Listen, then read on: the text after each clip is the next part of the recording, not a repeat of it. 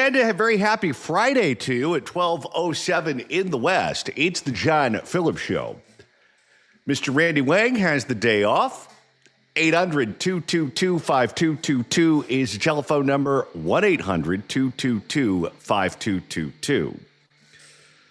Well, it is Friday. It was a very long week. Although I must say, last week was even longer than this week when I was on vacation and we had all of the breaking news.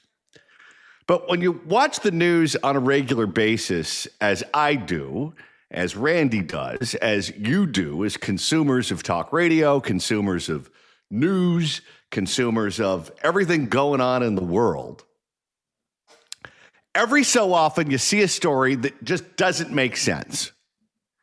You know, when you see the story, that's not true on its face because it doesn't make sense to you. And let's face it, every so often, certain things will happen that will surprise you. Certain things will happen that are unlikely, and that's the nature of the world. Odds are, normal things happen. Every so often, there's an anomaly. But when you see certain stories and someone is looking you in the eye and telling you something that you know is not true, you have to blow the whistle. You just do.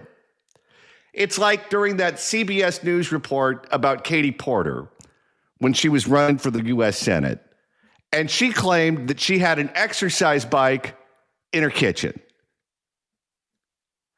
Unless it's like Gilligan's Island and the exercise bike is what powers the blender, there's no way that's true.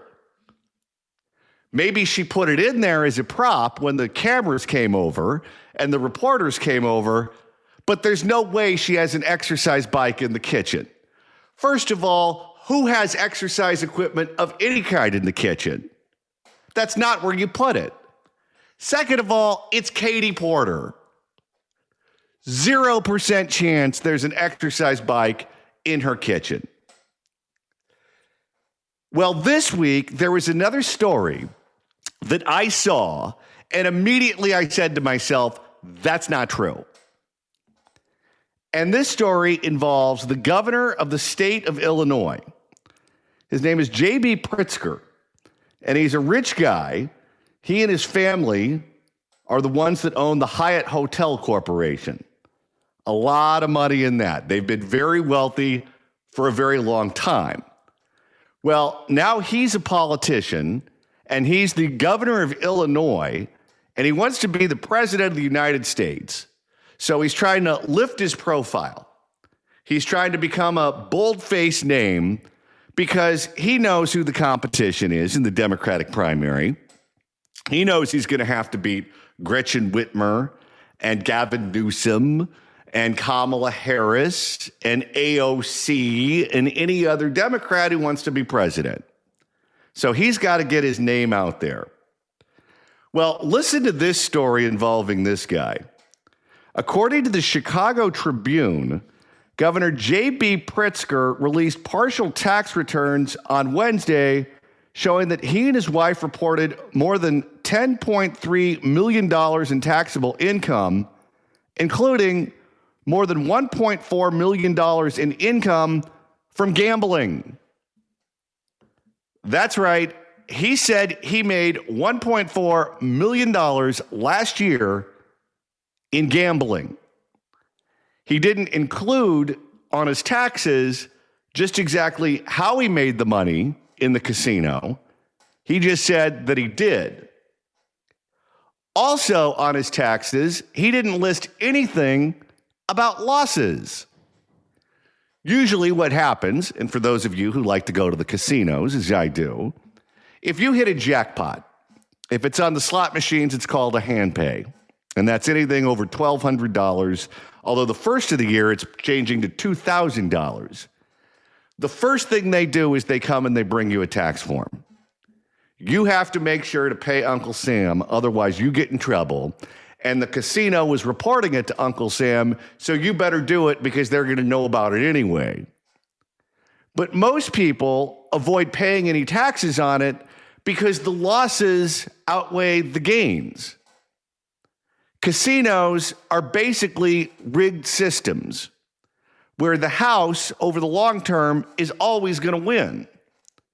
That's how it works. Now, the odds vary based on which game that you're playing. There are certain games that have better odds than others. For example, if you play video poker probably gives you the best odds in the house. It's why if you're trying to accumulate points at a casino, the point accumulation happens much slower than if you're playing games where the odds are more in favor of the house. You have to play video poker a very long time to rack up those casino points because the payback is something like 97 to 99%. Meaning for every $100 that you put in, you're going to get $97, $98, or $99 back. You're still going to lose over the life of the game. The casino is still going to win. They're just not going to take everything all at once. If you play slot machines, if you play the Buffalo, if you like Huff and Puff, if you like playing 88 Fortunes, whatever slot machine you like to play, the odds vary based on where you are. But it's usually somewhere between 88, 89% and 93, 94%. Meaning the Las Vegas casino is going to really clean up on you if that's what you play. If you play blackjack, which is what he claims to have played in subsequent interviews, every time you put your money on the table, every single time, the odds of you winning a hand of blackjack is 42%. 42% of the time you're going to win at blackjack. 9% of the time you're going to push. And the house is going to win between 48 and 49% of the time. Meaning if you sit there for a very long period of time, eventually the house is going to win. That's how it works. And all of the games are like that to one degree or another. The key at winning in gambling is to get on a nice run and quit when you're ahead. If you can get on a nice run and stop when you're making money, count yourself as one of the lucky ones, because very few people do that. There's a reason why Las Vegas keeps building buildings that are more impressive than the last one. They are rolling in money because every time someone walks into one of those buildings, they win. That's how it works. And he's claiming that he went to Las Vegas and he made money hand over fist, $1.4 million without losing a cent. I'm calling BS on this. I do not believe it. Especially for someone who's a casual gambler. It's not like he's a professional. It's not like he's a card counter or anything. This guy's the governor of Illinois. And let me tell you, after seeing this guy on TV for as long as I have, the table with the best odds for him in Las Vegas is the buffet. How long, when he and that transgendered cousin of his, when they go into one of those all-you-can-eat buffets, how long do you think they let them graze at the trough before they bring in the forklift and force them off the premises? My guess is not long. But that's the only table where he's going to make money at. Now, it's possible to make that kind of money without incurring huge losses if you buy a Powerball ticket and win. But if you buy a Powerball ticket and win, the odds of winning are close to zero. You can win that amount of money if you come in and you put a huge sum of money on a football team or a boxer, or you bet on sports in some way and your team hits. It's possible to make it that way, but that's not what he said he did. He said he won the money playing blackjack. Now, I remember a conversation I had with the late Larry Flint. Larry Flint used to be a regular guest on the radio station back in the old days, and I got to know him a little bit. And he knew that I liked to gamble too.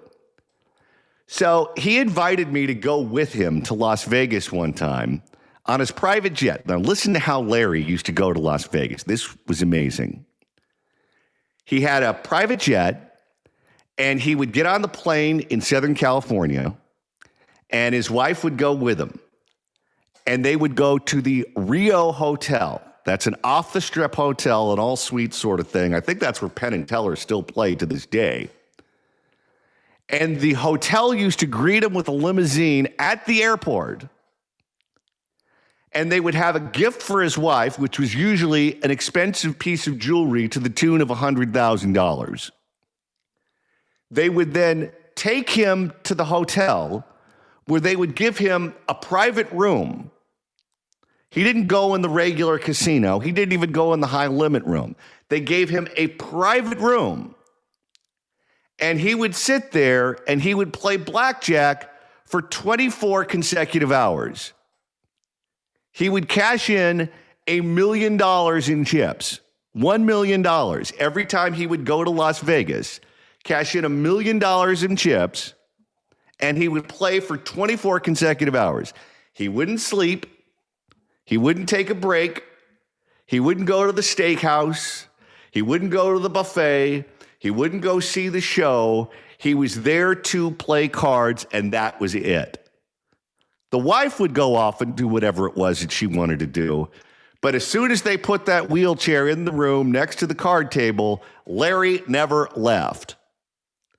And I asked him, I said, what's the most amount of money you have ever won playing cards, cashing in $1 million in chips every single time that you go? And let me tell you, most of the time he lost. In fact, almost all of the time he lost. But he never got anywhere close to $1.4 million in one trip. And that's cashing in $1 million in chips, or bringing $1 million check or a line of credit and receiving $1 million in chips when he sits down at the table. Never came close to that. Now, this guy, this JP Pritzker, has a lot of money. What do you think his bankroll was at this casino in Las Vegas, where he is claiming to make $1.4 million in profits with no losses? I don't believe it. I don't believe it. And I'll tell you another reason I don't believe it. If you look at how politicians, when they have gotten in trouble for taking money from developers or people with business before the council or before the legislature, frequently what they do is they accept goods that are difficult to track. Look at Jose Huizar, the former member of the LA City Council, who's currently in prison. When he accepted bribes from developers, he didn't take checks. They didn't go to Western Union and wire money to him. They didn't transfer real estate to him or his wife. They gave him poker chips. Why did they give him poker chips? Because poker chips are hard to track. Think about a poker chip and think about a casino. Think about when you've sat down at a blackjack table, how many times those chips change hands. To try to track who had possession of what chip on any given day would be almost impossible. There's no way to do it. They're very transient. They go from you to the house, from the house back to you, from you back to the house to the guy sitting next to you, back to the house to the guy sitting next to him. Then they change dealers and they change chips, and those chips go to a different table. Then they change hands 900 times over there. Then they go back to the bank. Back and forth, back and forth, back and forth. There's no way to keep track of who had what chip at what time. And that's part of the reason why they're useful if you're trying to give money to someone without it being memorialized anywhere. Gold bars are the same thing. That's how Bob Menendez got in trouble. The senator from New Jersey. He was allegedly, or I guess I don't have to say alleged anymore because he was found guilty, but he was bribed by people who had business in front of him with gold bars, which he then kept in his possession at his house. It's hard to track how a gold bar goes from one person to another because there's not an electronic transfer. There's no check. There's no signature on the back of a check. It just goes from one person to another. That's how that works.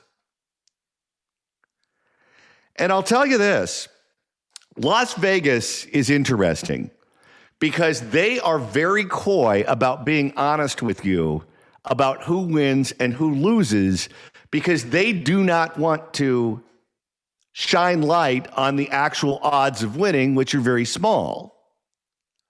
Do you remember the Las Vegas shooting, the shooting that happened at the Country Western concert where some nut was at the Mandalay Bay and turned his room into a shooting range and decided that he was going to shoot up the concert?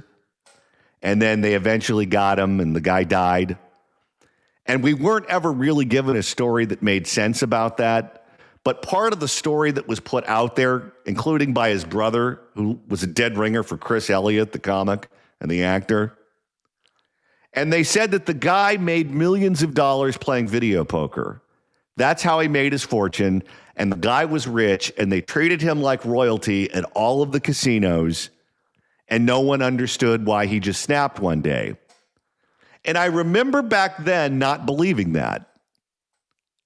Now, I'm not going full Alex Jones. I'm not going full conspiracy theorist here, but I never bought the official storyline.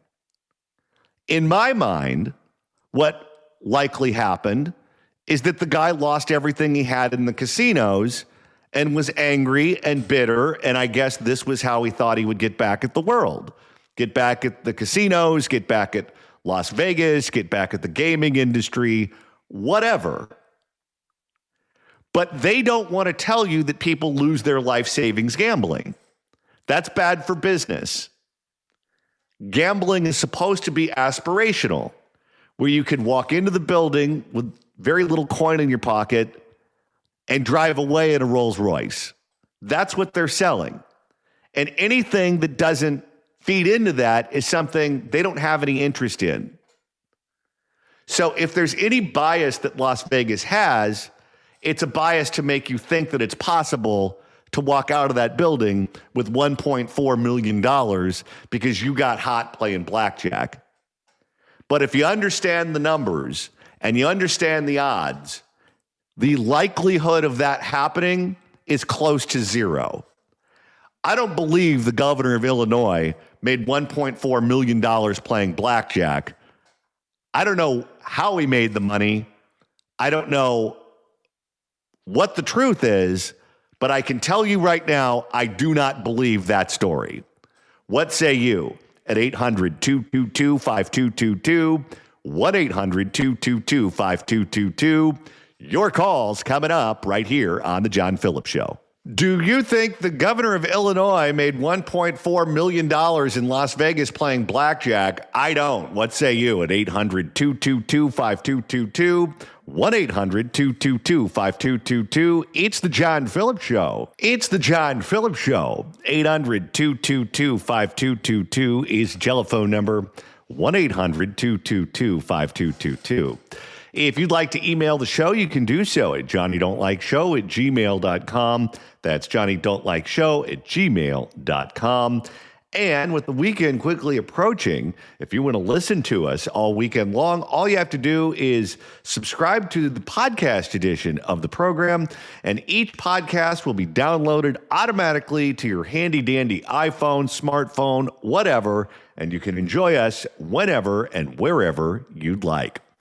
Right now, we're taking your calls at 800-222-5222, 1-800-222-5222. The governor of Illinois says that he struck it rich playing blackjack in the state of Nevada to the tune of over $1 million without incurring any losses. I don't believe that story at all. What say you at 800-222-5222, 1-800-222-5222. Let's go to Brenda in Los Angeles. Brenda, hello. Hi, thanks for having me. So just a couple things. as a regular visitor of Las Vegas involved with the whole family loves gambling. So number one, they can trace the chips. If you're a person and you walk through that casino and you find $1,000 or $500 chip and you go to cash it, they will do their homework and they'll want to know how you got it. So the money that he's received is very traceable. They're just not going to let you go to the window and cash those chips. Also, there's limits at the tables. Unless you're at maybe a private table, I think Caesar's Palace might have a $50,000 limit for high rollers. Most of the casinos are less. So the odds of him doing that are practically impossible. The second thing is he would have losses.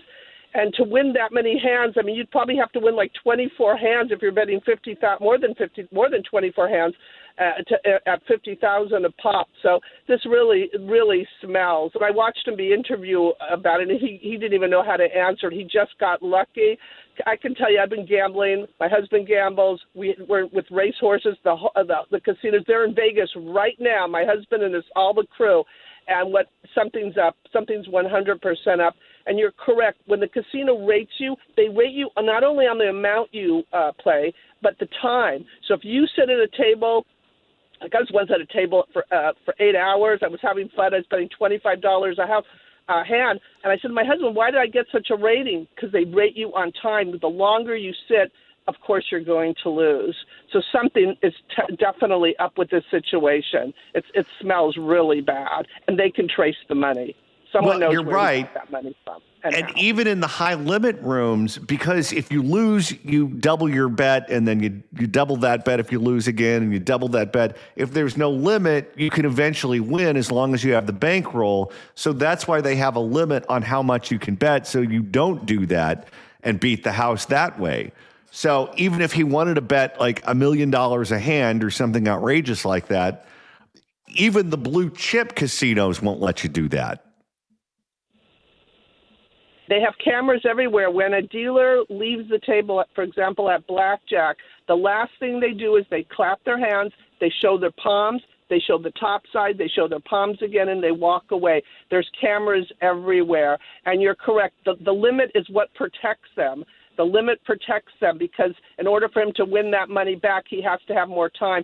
And to go there and just win and not have any losses. I mean, also, someone who's winning $1.4 million in blackjack is usually someone who it's not their first time gambling. They get players cards, they get comps, they get free dinners. They're not really free. You're losing the money to get them. But you just don't go have any losses. An experienced gambler, a gambler would want to show his losses to offset his taxes. So and the last thing is, what the hell is he doing betting $50,000 a hand? You know, these politicians. I heard he makes like $11 million a year. They've been working their whole lives for us, but in the process, they're the ones who are rich and we're not. I mean, in California, I was calculating. Every time I spent $100, I had to make over $200 to spend that $100.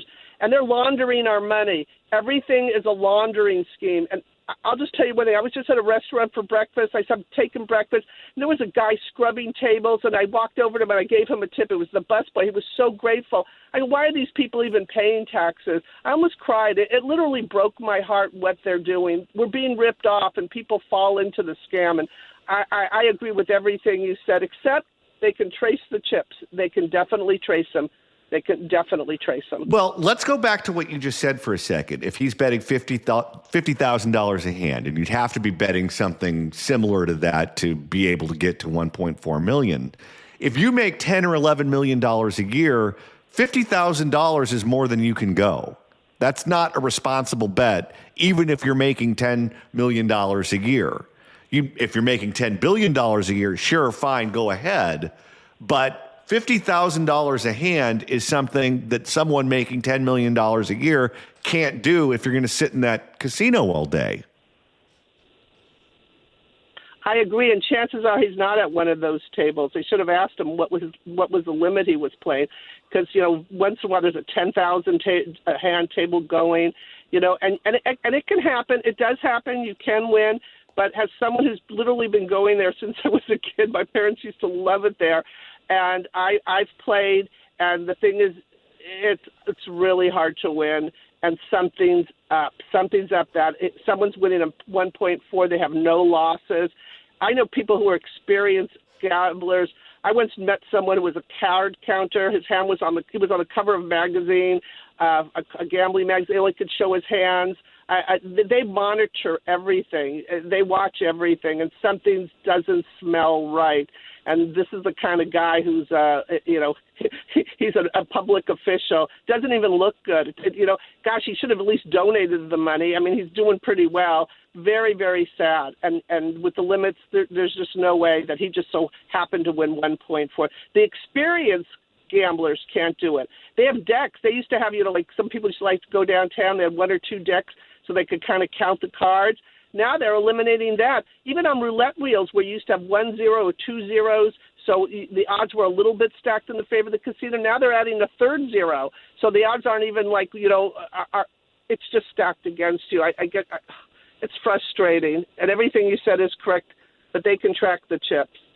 All right. Thank you for the call. Let's go to Rick in San Jose. Rick, hello. Hey, how you doing today? Good. First-time caller, long-time listener. And being from Chicago, I grew up in the era of Richard Daley and John Daley, and they knew how to run town. I'll tell you what, if this money doesn't sound like Soros money, then you got to tell me where else he got it. They should be doing an investigation. First of all, find out, did he really go to this casino? Did he really play there?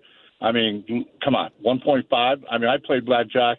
I lose $100, I'm done. But when you're winning 1.5 million out of a drop of a hat, that's just wrong, man. There's just something so fishy. And the fact of the matter is, if it was a Republican that went in, say, I want 1.5, they would be all over this. The news would be all over. Everybody would be crying and complaining and saying thief, cheater, blah, blah, blah. But this guy just says it, and no big deal.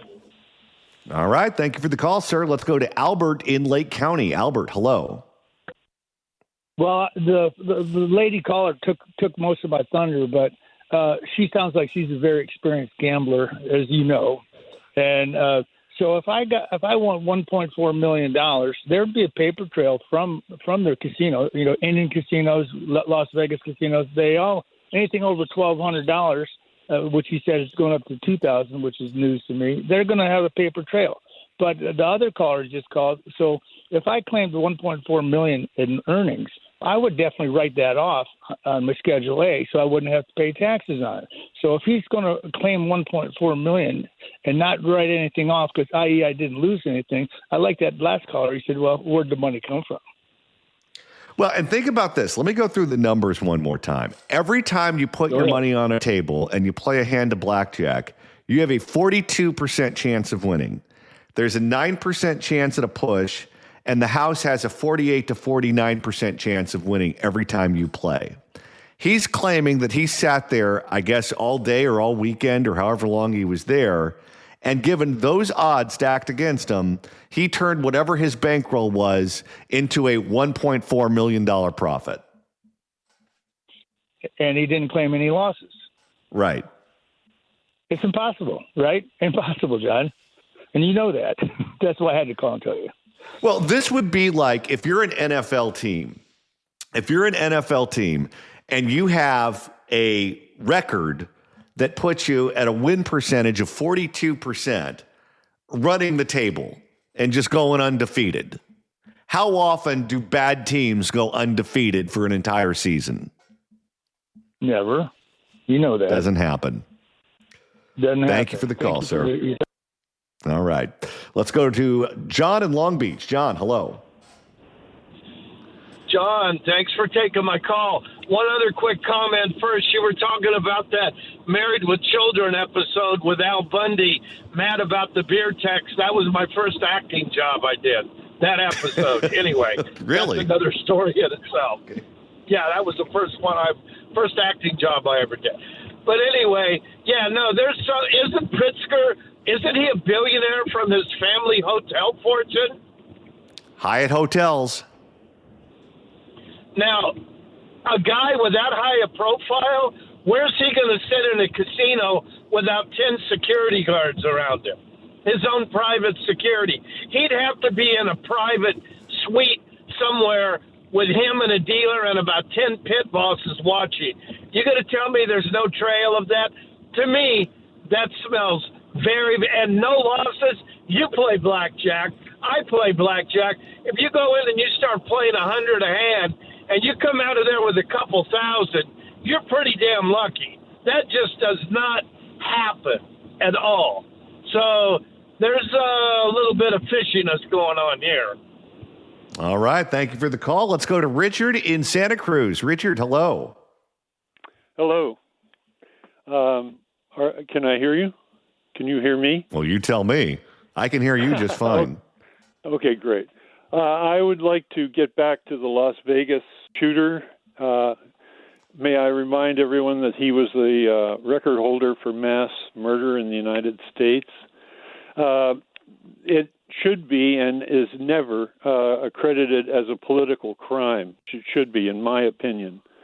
For example, a vice president at CBS News was fired for saying they deserved it. Who was they? They were a country and western crowd, young people that were assembling. Who was he? I have a relative in Reno who did occasional work for his Filipina mistress, and he told me that the fellow was widely known in Reno and was seen in a this was the election year, was seen in a pro-Hillary parade wearing a vagina hat, to give you an example of how extreme perhaps he was. And I think that, it's always rankled me that he's never counted as a, and the FBI moved in immediately after that assassination and shut it down to the local, and basically we lost track of most. Now wait a minute. You said this guy was photographed wearing a vagina hat? Seen. I'm sure he was photographed by somebody, but he was. I gotta say, I didn't know he was a fan of the Houston Astros. Thank you for the call, sir. 800-222-5222 is the telephone number. 1-800-222-5222. More of your calls coming up right here on The John Phillips Show. It's The John Phillips Show. 800-222-5222 is the telephone number. 1-800-222-5222.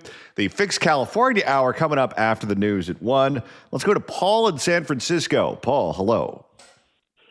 Yes, possible that the governor had somebody else making those plays, gambling for him because he didn't want the notoriety.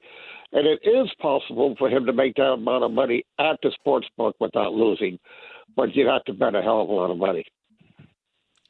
Yeah, I know people come in heavy on sports bets. In fact, that's what I do. My gambling system, not that it works, but the system I use when I play is I like to bet on hockey because as someone who used to be a sportscaster a long time ago, I follow this stuff pretty closely. And Las Vegas has the odds calibrated about as good as you can do in almost all of the sports. The exception is hockey. And you could find games where there is a clear winner and a clear loser. But if you bet on the clear winner over the clear loser, you get paid as if the teams are at parity. So frequently what I will do when I go to Las Vegas is I'll put the farm on a favorite, a top 5 team versus a bottom 5 team. And if I win, that money is my spoils for the rest of the trip. That's what I use for the steakhouses, the show ticket, the slot machines, whatever. And if I lose, I don't gamble the rest of the trip. That's it. But you're right. It is easier to win a large amount of money on sports betting than it is on other games. The caveat is that you have to be willing to risk it. And the key to many sports betting plays is go against the public. All right. Thank you for the call, sir. Let's go to Lee and Laverne. Lee, hello. Hey, Johnny. I loved your Flint story, by the way. Now, was this pre or post wheelchair? Well, he was in the wheelchair when it happened. Oh, okay. All right. That's what I wanted to know. Anyway, I got a friend out here. He's homeless like me. I've known him for 6 years. He plays the lotto, the super lotto, Mega Millions, and everything. When I first met him, he had this little notebook. and he'd have all his winnings on there. And he'd spend 15, 20 minutes telling you, here's where I won 750, here's what, blah, blah, blah, blah. And I said, Don, show me the page for all the stuff you've lost. And he looked at me, he goes, I don't have a page like that. So, JB, I'm sorry, the only 1.4 he's made is the poundage at the snack or the buffet for the Swedish meatballs and the prime rib or whatever, because he's not making that much. I'm with you, man. And I'll tell you one other thing. I do my taxes every year. You can deduct, I think one other caller earlier mentioned that, you can deduct all your losses up to the amount that you win. So even if he's looking like some kind of mental giant by making 1.4, I'm sure 1.4 in the parentheses, the losses on Schedule A, they're there too. But he doesn't want to tell you about that. He just wants to look like a winner, right? Well, maybe that's why he hits the buffet so hard.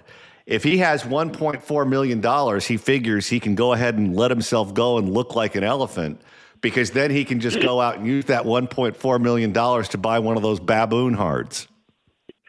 There you go. Have a good weekend, bro. Bye. Thank you for the call. I appreciate it.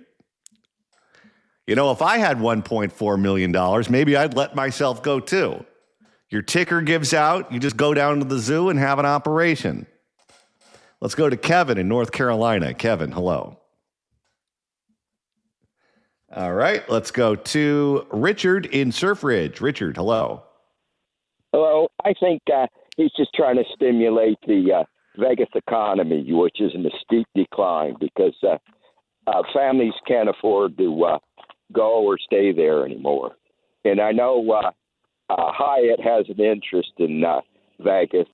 I think MGM and then the Wynn are the biggest casino interests there, but they're already in a steep decline. Unemployment is sky high. Tourism, take a look on YouTube. It's almost non-existent anymore, except for that downtown. I think it was just a way to stimulate the Vegas economy. You talk about big winnings, though he's got no support for it. That's what I think it is. All right. Well, let me give you an alternate theory. How about this? Since JP Pritzker is running for president and he's got to win the Democratic primary first, he's trying to show Democratic primary voters that he's a family man by hanging out in Las Vegas around all those older men and their younger daughters. That's a theory. All right. We've got 2 more hours coming up on the John Phillips Show. The Fix California hour is next. John Steele joins us. Don't you go anywhere.